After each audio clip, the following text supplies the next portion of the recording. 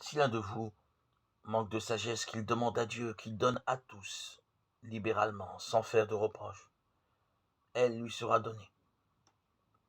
Mais qu'il demande avec foi, sans douter en rien. Car celui qui doute est semblable au flot de la mer que le vent agite et soulève.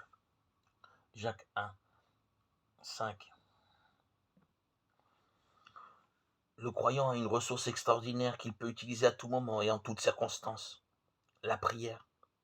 Prier, c'est parler tout simplement à Dieu. Il est important de prier avec foi et avec la confiance que Dieu peut et veut répondre à nos prières. Reconnaissons que souvent nous faisons des demandes tout en doutant, inconsciemment peut-être, de la réponse de Dieu. Au temps des apôtres, Pierre était prisonnier du cruel roi Hérode, avec peut-être la perspective d'être décapité comme Jean le baptiseur l'avait été quelques années plus tôt. Alors les chrétiens de cette ville s'étaient réunis dans une maison et priaient ensemble pour Pierre. Je vous invite à voir Acte 12. Dieu a répondu à leur prière. Pierre a été libéré miraculeusement par un ange alors qu'il était enchaîné, gardé par plusieurs soldats derrière une porte de fer. Il s'est dirigé vers la maison où il savait que les chrétiens avaient l'habitude de se retrouver. Il frappe à la porte.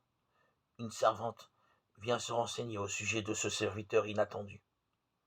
Elle reconnaît la voix de Pierre et remplie de joie, elle oublie d'ouvrir et se précipite pour partager cette bonne nouvelle avec les croyants réunis. Que lui répondent-ils? Tu es folle.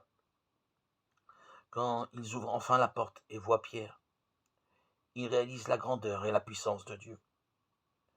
Ils avaient eu raison de se retrouver pour prier Dieu, mais il manquait de foi en lui.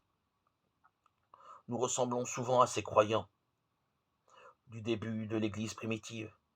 Ce récit nous encourage à toujours prier avec foi, sans douter.